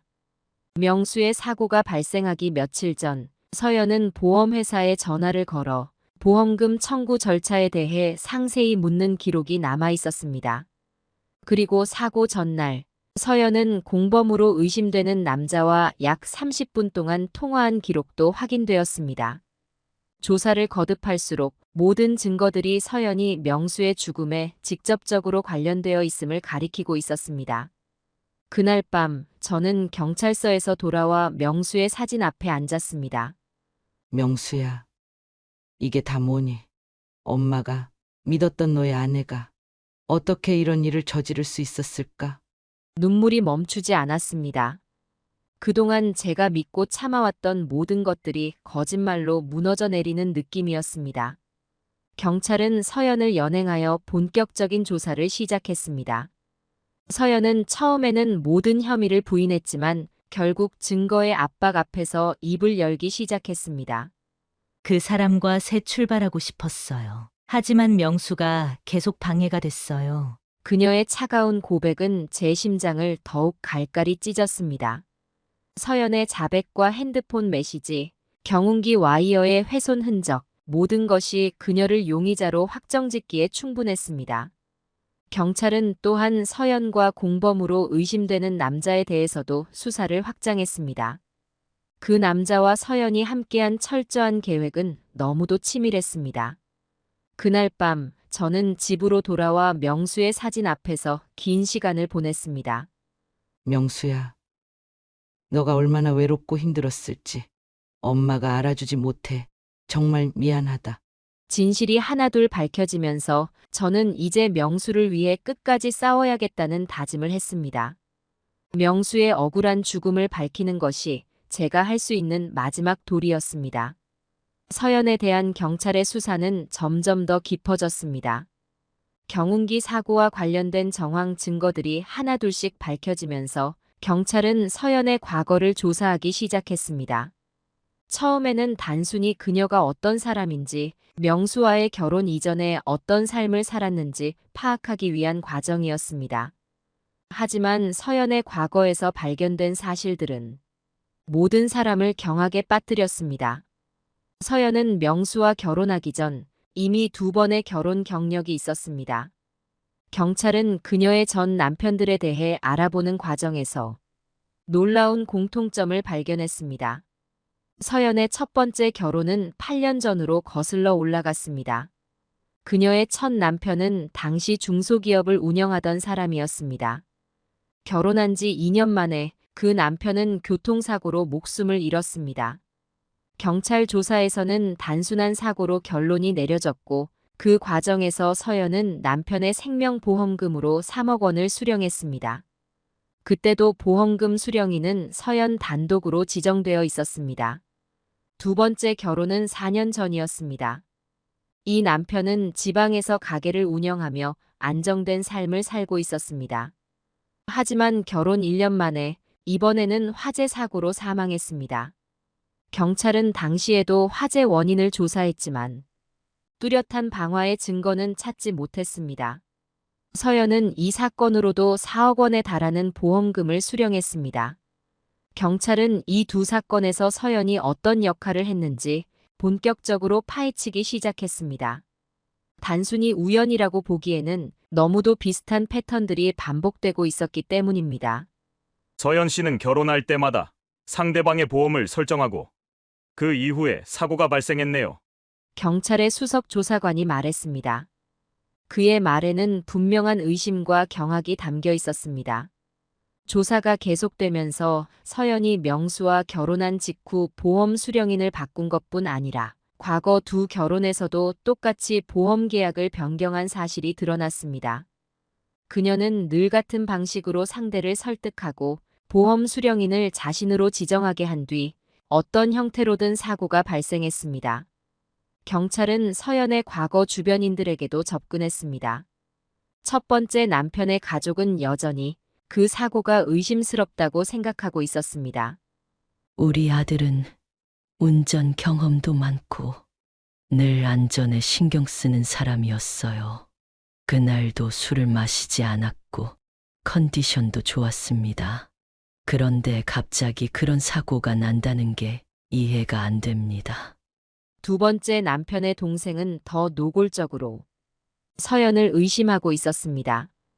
화재가 난 날 우리 형이 집에 있는 시간이 아니었는데 서연 씨가 형을 집에 머물게 했다는 말을 들었습니다. 그게 우연일까요? 서연의 행적이 점점 더 수상해지면서 경찰은 그녀를 용의자로 간주하고 정밀 조사를 진행했습니다. 특히 명수의 사고 전날 밤 서연이 남자와 통화하며 나눈 대화 내용은 그녀의 의도를 의심하게 만들었습니다. 이제 다 끝났어. 우리 계획대로 될 거야. 이 메시지는 서연과 남자의 관계뿐 아니라 그들이 이번 사건을 준비한 정황을 뒷받침하고 있었습니다. 결국 경찰은 서연을 체포했습니다. 그녀의 혐의는 단순히 명수와의 사건뿐 아니라 과거 두 남편과 관련된 사고에서도 그녀의 역할을 조사하기 위함이었습니다. 서연은 체포되는 순간에도 끝까지 결백을 주장했습니다. 저는 그런 사람이 아닙니다. 남편들을 사랑했고 그들이 떠난 건 우연이에요. 하지만 그녀의 주장과는 달리 모든 증거는 그녀를 향해 있었습니다. 서연이 경찰서로 연행된 날, 저는 복잡한 감정에 휩싸였습니다. 명수를 떠나보낸 슬픔과 억울함은 여전히 제 가슴을 짓눌렀지만 서연에 대한 분노와 배신감이 그 모든 것을 덮어버릴 듯 했습니다. 명수야, 이제 조금씩 진실이 드러나고 있어. 엄마가 끝까지 포기하지 않을게. 저는 속으로 그렇게 되뇌며 명수의 사진을 다시 한번 꼭 끌어안았습니다.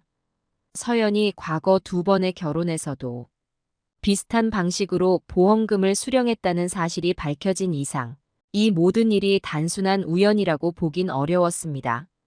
경찰은 그녀의 과거를 하나씩 추적하며 진실을 밝히기 위해 모든 노력을 기울이고 있었습니다. 그 과정에서 명수를 비롯한 그녀의 피해자들의 가족들은 모두 한 목소리로 외치고 있었습니다. 제발 진실을 밝혀주세요. 그리고 다시는 이런 일이 없게 해주세요. 서연의 과거와 그녀가 남긴 흔적들 속에서 하나둘씩 드러나는 진실은 명수를 위한 마지막 정의가 될 것이라 믿으며 저는 끝까지 그 싸움에 함께하기로 결심했습니다. 서연에 대한 재판이 시작된 날, 저는 아침부터 심장이 두근거렸습니다.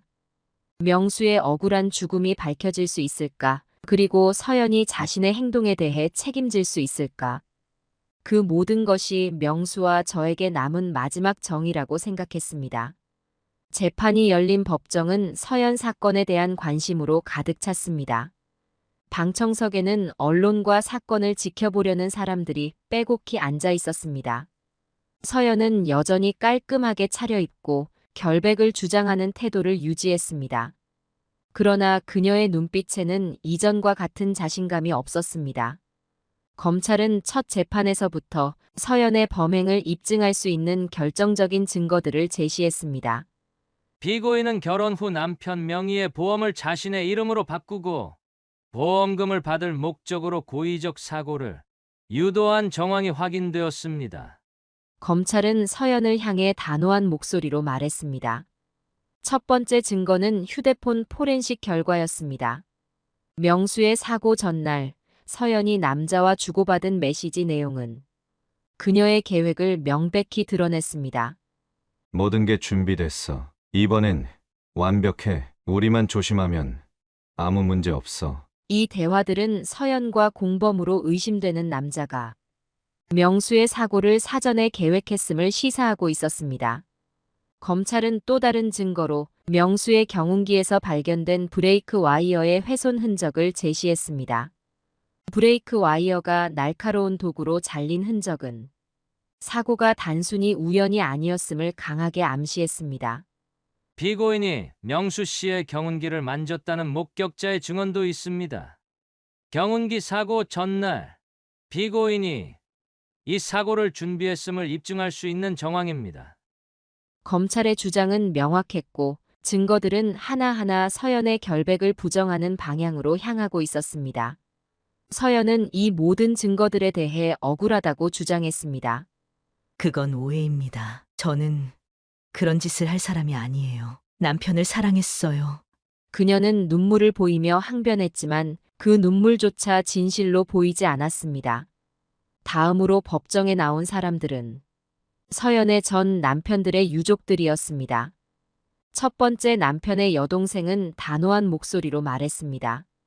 우리 오빠는 평소 조심성이 많았던 사람입니다.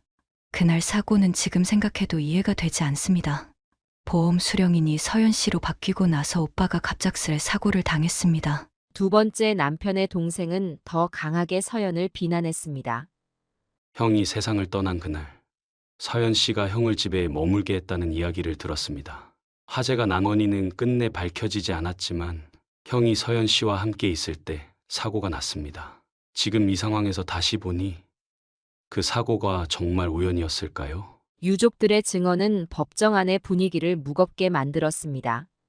그들은 모두 서연에게 자신들의 고통을 호소하며 눈물로 진실을 밝혀달라고 외쳤습니다. 제발 우리 가족들의 아픔을 알아주세요. 피고인은 자신의 행동에 대해 책임을 져야 합니다. 마지막으로 검찰은 서연이 보험금을 수령한 기록들을 제시했습니다. 첫 번째 결혼에서 3억 원, 두 번째 결혼에서 4억 원, 그리고 이번 사건에서 5억 원. 그녀는 매번 결혼한 남편의 보험금을 통해 거액을 챙긴 기록을 남겼습니다. 이 모든 것이 우연의 일치라고 말할 수 있을까요? 피고인은 철저히 계획적으로 보험금을 노렸고 그 과정에서 남편들을 희생시켰습니다. 검찰의 결론은 명확했습니다.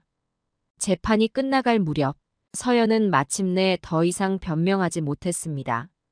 증거와 증언들이 그녀를 압박했고 법정 안의 모든 사람들이 그녀의 죄를 인정하고 있었습니다. 최종 판결에서 판사는 서연에게 종신형을 선고했습니다. 피고의 행위는 인간으로서 도저히 용납할 수 없는 잔혹함을 담고 있습니다. 사회로부터 격리함으로써 다시는 이런 일이 발생하지 않도록 해야 합니다. 판사의 선고가 내려진 순간 법정은 숙연해졌습니다. 저는 자리에서 눈물을 흘리며 고개를 숙였습니다. 명수의 억울함이 어느 정도 풀린 것 같으면서도 여전히 제 마음 한구석엔 무거운 슬픔이 남아 있었습니다. 명수야, 이제 너의 이야기가 많은 사람들에게 전해질 거야. 그리고 너처럼 억울한 피해자가 다시는 생기지 않도록 엄마가 노력할게. 재판이 끝난 뒤 저는 다시 한번 명수의 사진 앞에 섰습니다.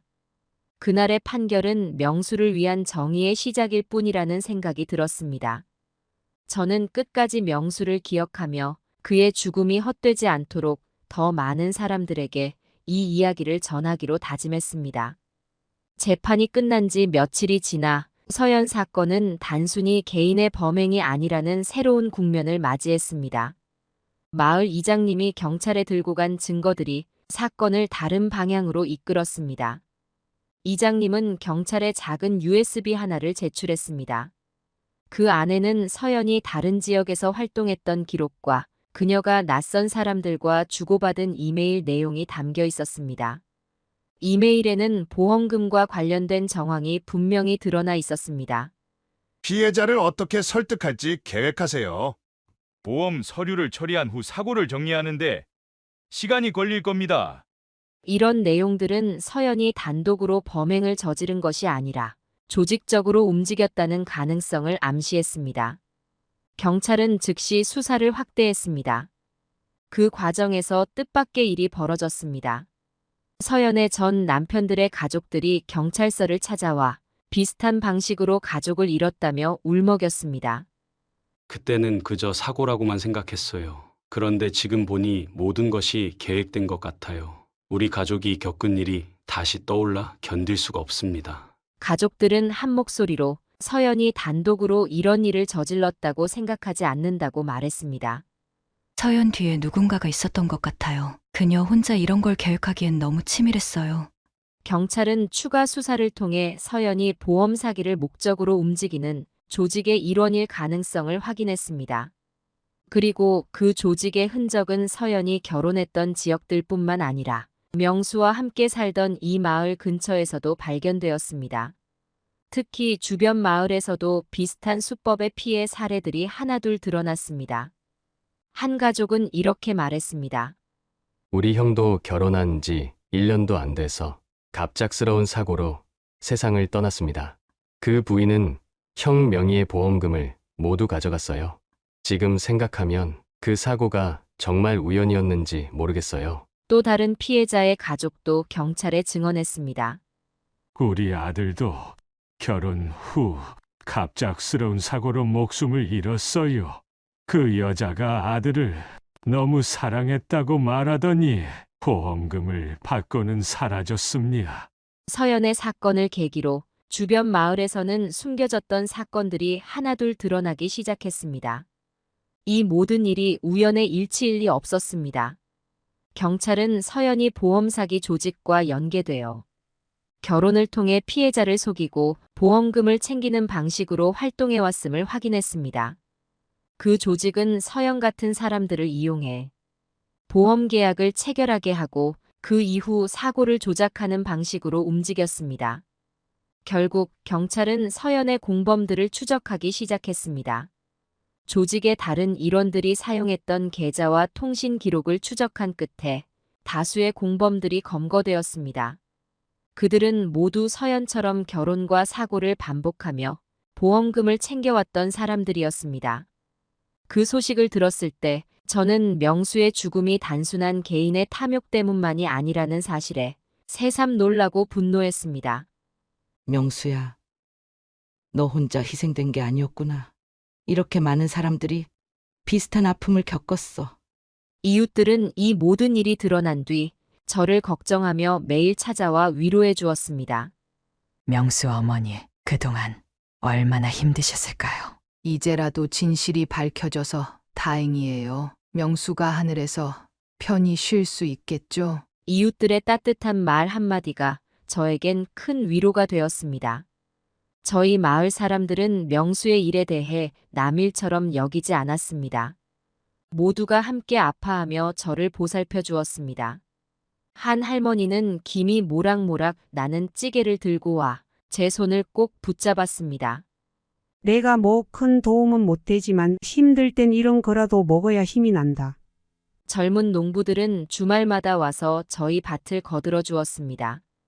아줌마, 이제는 우리도 돕겠습니다.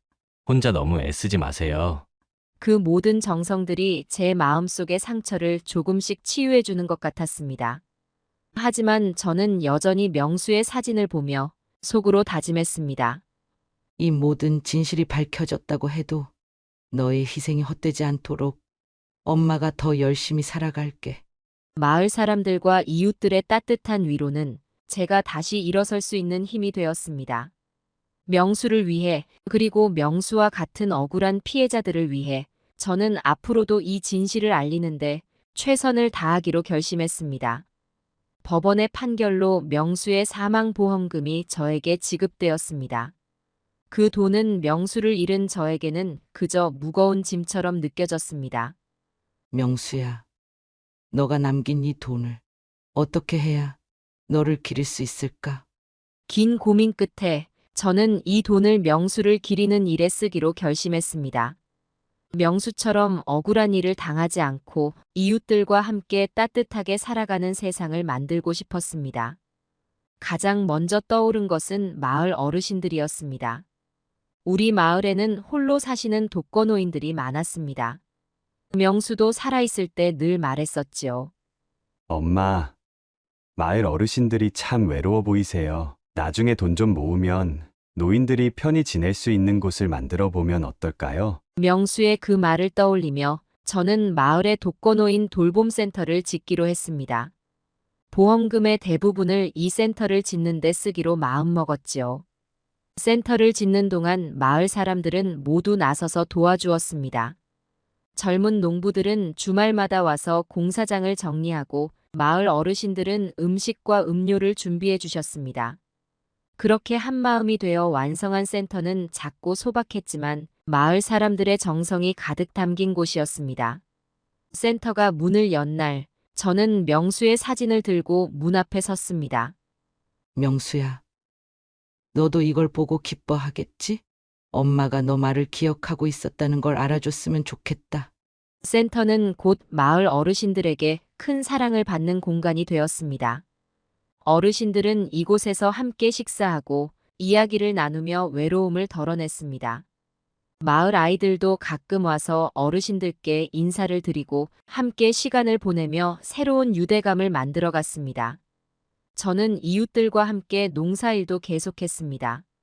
명수가 떠난 뒤 혼자서는 도저히 감당할 수 없을 거라 생각했던 밭일도 마을 사람들이 함께 도와준 덕분에 다시 이어갈 수 있었습니다. 아줌마, 이 밭에서 나는 작물로 센터에 보낼 반찬도 만들어요. 이건 명수도 기뻐할 거예요.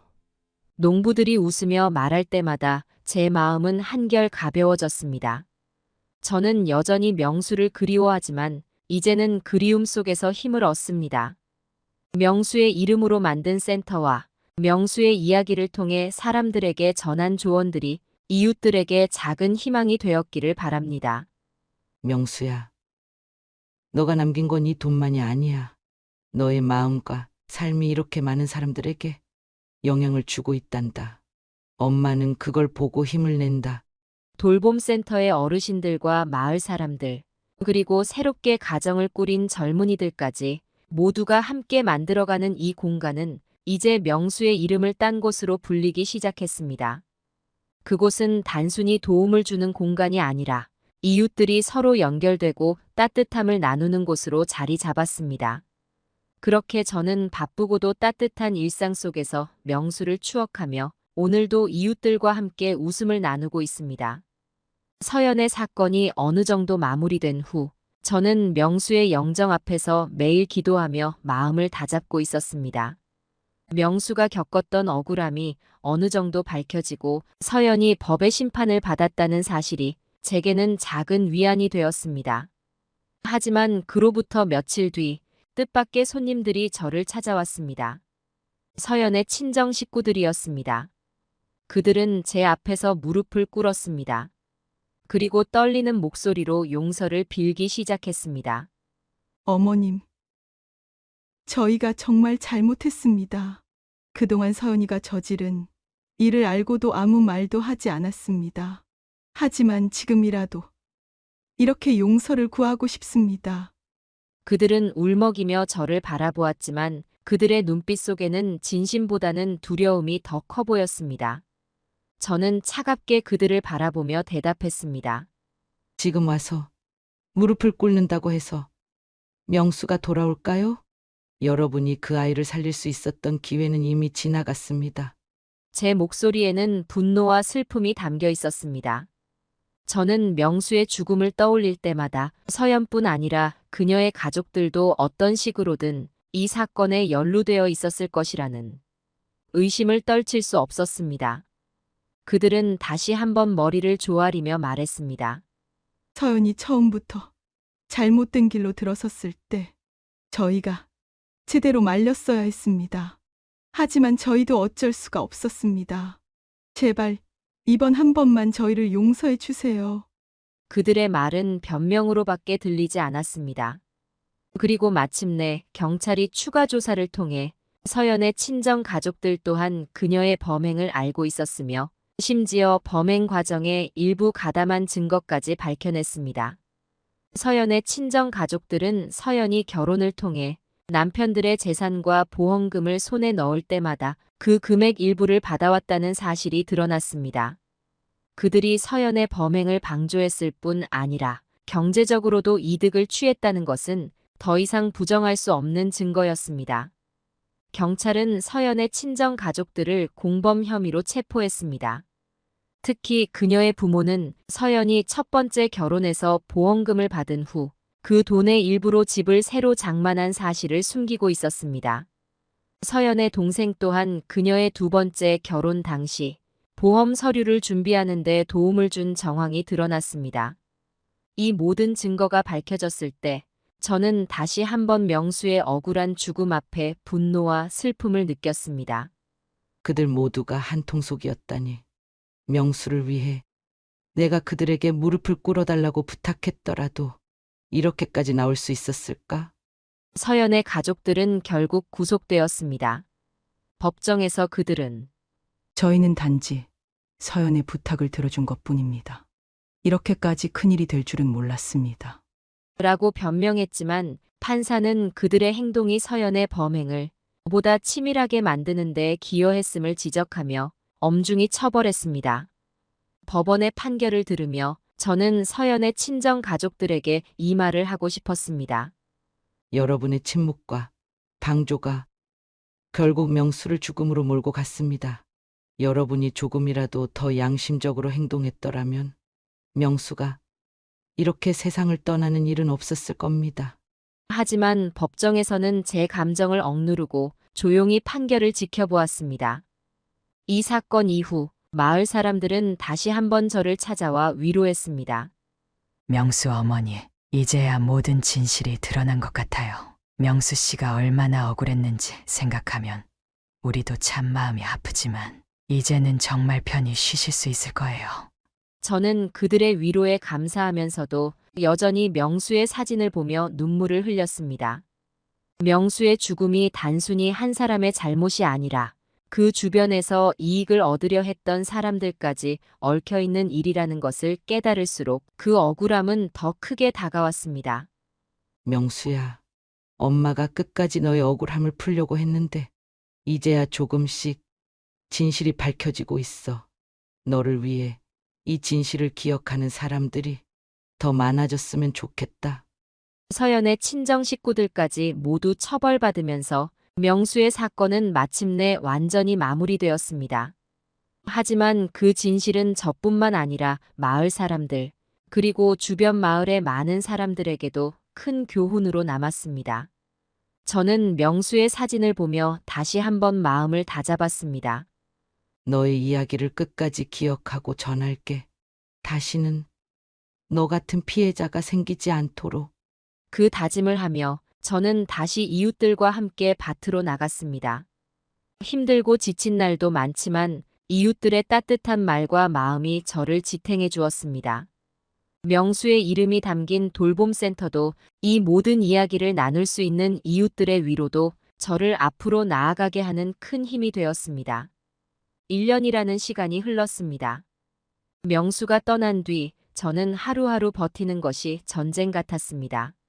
하지만 이웃들과 가족 같은 마을 사람들의 도움으로 조금씩 다시 살아갈 힘을 얻었습니다. 그리고 그 과정에서 명수를 위해 해야 할 일이 저에게 새로운 사명처럼 다가왔습니다. 매일 아침 저는 명수의 영정사진 앞에 앉아 이야기를 나눕니다. 명수야, 오늘도 엄마가 열심히 살아볼게. 너의 억울한 죽음이 헛되지 않도록 엄마가 끝까지 노력할 거야. 이렇게 말을 건네면 마치 명수가 조용히 미소 지으며 저를 바라보는 것만 같았습니다. 이제는 명수를 떠올리며 눈물만 흘리던 시간은 많이 줄어들었습니다. 슬픔이 완전히 사라진 것은 아니지만 그 슬픔을 동력 삼아 더 많은 일을 하게 되었습니다. 가장 큰 변화는 제가 더 많은 사람들에게 명수의 이야기를 들려주고 있다는 것입니다. 처음에는 마을 사람들로부터 시작됐습니다. 어떤 사람들은 인간관계로 고민을 털어놓기도 했고, 어떤 사람들은 뜻하지 않은 시련 속에서 어떻게 마음을 다잡아야 할지 묻기도 했습니다. 저는 그들에게 말했습니다. 어려움은 누구나 겪습니다. 하지만 그 어려움 속에서 내가 무엇을 붙잡고 살아갈지를 찾는 게 중요해요. 가끔은 작고 소중한 것 하나라도 마음에 새기고 그걸 동력으로 삼아 보세요. 저에게는 명수의 기억이 그랬습니다. 또 누군가는 이렇게 물었습니다. 어머니, 세상은 참 불공평하다는 생각이 들어요. 나쁜 일을 겪으면서도 왜 일이 억울한지 모르겠어요. 그럴 때 저는 조용히 답했습니다. 그 억울함을 없애는 건 오로지 자신이에요. 누군가 대신 해결해주지 않습니다. 내가 억울함을 긍정적인 힘으로 바꿀 수 있다면 그건 이미 당신이 세상에서 이긴 겁니다. 때로는 인생의 방향에 대해 고민을 털어놓는 사람들도 있었습니다.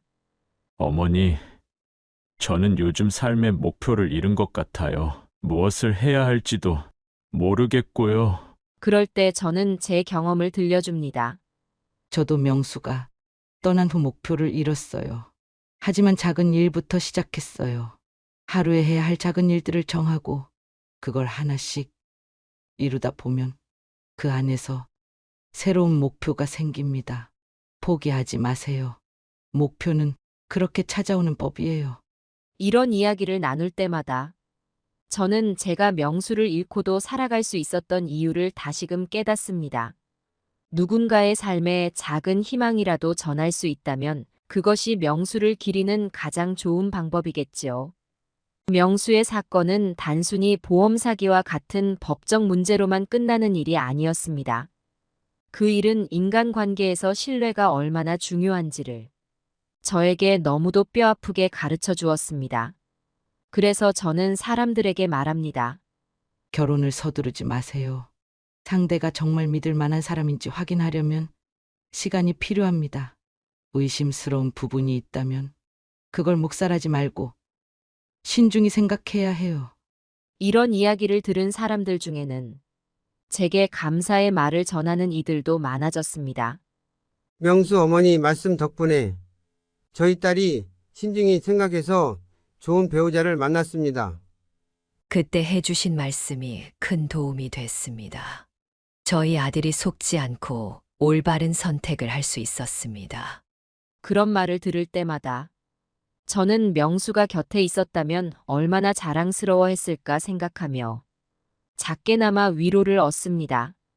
또한 명수의 이름으로 운영되고 있는 돌봄센터는 여전히 많은 사람들에게 사랑받는 공간이 되었습니다. 독거노인들은 매일 모여 함께 식사를 하고 이야기를 나누며 외로움을 달래고 있습니다. 저도 가끔 센터에 가서 어르신들과 시간을 보내곤 합니다. 명수 엄마는 참 대단해요. 그런 큰일을 겪고도 이렇게 다시 일어났으니. 그 말을 들을 때마다 저는 미소 지으며 대답합니다. 저도 대단하지는 않아요. 그저 명수 덕분에 여기까지 올 수 있었을 뿐입니다. 사람들은 이제 명수를 기리는 공간에서 서로를 도우며 새로운 인연을 만들어갑니다.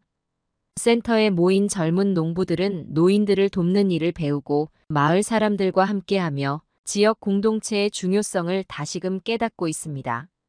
그러다 보니 저를 찾아오는 사람들도 점점 늘어났습니다. 저의 작은 밭에서 시작된 대화는 이제 마을과 주변 지역까지 퍼져갔습니다.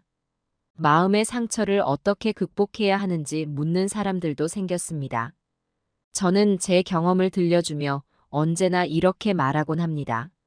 시간이 지나도 아픔은 완전히 사라지지 않아요. 하지만 그 아픔을 품고도 살아가야 한다는 걸 배워야 합니다. 그걸 이웃들과 나누고 조금씩 더 나아가는 것, 그게 제가 배운 교훈입니다. 이 이야기를 들은 사람들은 한결 가벼운 마음으로 돌아가곤 했습니다. 그럴 때마다 저는 명수의 사진을 다시 한번 보며 다짐합니다. 명수야, 너의 이야기가 이렇게 많은 사람들에게 힘이 되고 있어. 엄마가 끝까지 이 길을 지켜나갈게. 1년이란 시간은 짧다면 짧고 길다면 길었지만 그 속에서 저는 제 역할을 찾아가고 있었습니다. 명수의 억울한 죽음이 헛되지 않도록, 그리고 다시는 비슷한 피해자가 나오지 않도록 저는 앞으로도 이 이야기를 더 많은 사람들과 나누기로 결심했습니다. 명수는 제게 하나뿐인 아들이었지만 그의 죽음은 수많은 사람들의 삶에 영향을 미쳤습니다. 그리고 그 영향은 지금도 계속되고 있습니다. 저는 오늘도 명수의 사진 앞에서 조용히 말을 건넵니다. 명수야, 엄마는 아직 갈 길이 멀어. 하지만 너가 하늘에서 보고 있을 거라고 믿어. 엄마가 너의 이름으로 더 좋은 세상을 만들 거야. 영원의 별, 너에게. 너는 지금 어디에 있니? 가을 들녘을 뛰놀던 그 웃음은 이제 바람결에 스며들었을까? 한 알의 곡식이 되어 흙 속에 잠들었을까? 아들아, 너를 부르면 아직도 너의 목소리가 들리는 듯해. 엄마, 제가 해볼게요. 그 손끝에서 솟아난 땀방울이 우리 밭을 적시던 그날들, 이제는 더 이상 내 손에 닿지 않겠지. 하지만 너의 숨결은 사라지지 않았어. 내가 밭에서 흙을 만질 때 너의 손길이 함께인 듯 느껴져. 너는 사라지지 않았구나. 이 마을의 어디에서나 살아 숨쉬고 있구나. 너의 이름으로 불리는 돌봄센터에서 어르신들이 웃음을 나누는 그 순간 너의 따뜻함이 다시 피어난다. 너의 이름이 적힌 간판이 바람에 흔들릴 때마다 나는 너를 기억하며 속삭인다. 명수야, 너는 여전히 여기에 있어. 사람들이 너를 떠올릴 때마다 눈물과 함께 전해지는 고마움이 있어. 너가 떠난 그 길 위에 슬픔만이 아니라 사랑도 남았다는 것을 나는 조금씩 깨닫게 되었어. 너는 내게 하나뿐인 아들이었고 너의 죽음은 내 모든 것을 무너뜨렸지만 너는 여전히 빛나는 별처럼 나를 비추고 있어. 밤하늘에 떠있는 작은 별 하나를 볼 때마다 나는 그 별이 너의 얼굴일 거라 믿어. 너가 나를 내려다보며 조용히 미소 짓고 있을 거라고 생각해. 명수야, 너가 떠난 이 빈자리를 눈물로만 채우고 싶지 않아. 너의 이름으로 더 많은 사람들에게 기쁨과 위로를 전하고 싶어. 너가 남긴 흔적들이 새로운 삶으로 다시 태어나길 바래. 그리고 그 사람들 속에서 너가 조금 더 오래 숨 쉴 수 있길. 너는 더 이상 내 곁에 없지만 너의 목소리는 마을의 바람 속에 남아있고 너의 손길은 밭의 작물 속에 깃들어 있어. 너의 웃음은 이웃들의 얼굴에서 다시 살아나고 너의 사랑은 여전히 내 심장 속에서 뛰고 있어. 아들아, 너는 떠났지만 너의 발자국은 남았어. 그 발자국을 따라 나는 걸어가고 있어. 너가 갔던 길을, 너가 남긴 길을 엄마는 끝까지 걸어갈게. 너가 하늘에 새긴 별빛이 지상으로 흘러내릴 때 그 빛은 우리 모두의 삶을 비출 거야. 그리고 그 빛 속에서 나는 너의 손을 다시 잡을 수 있을 거라 믿어.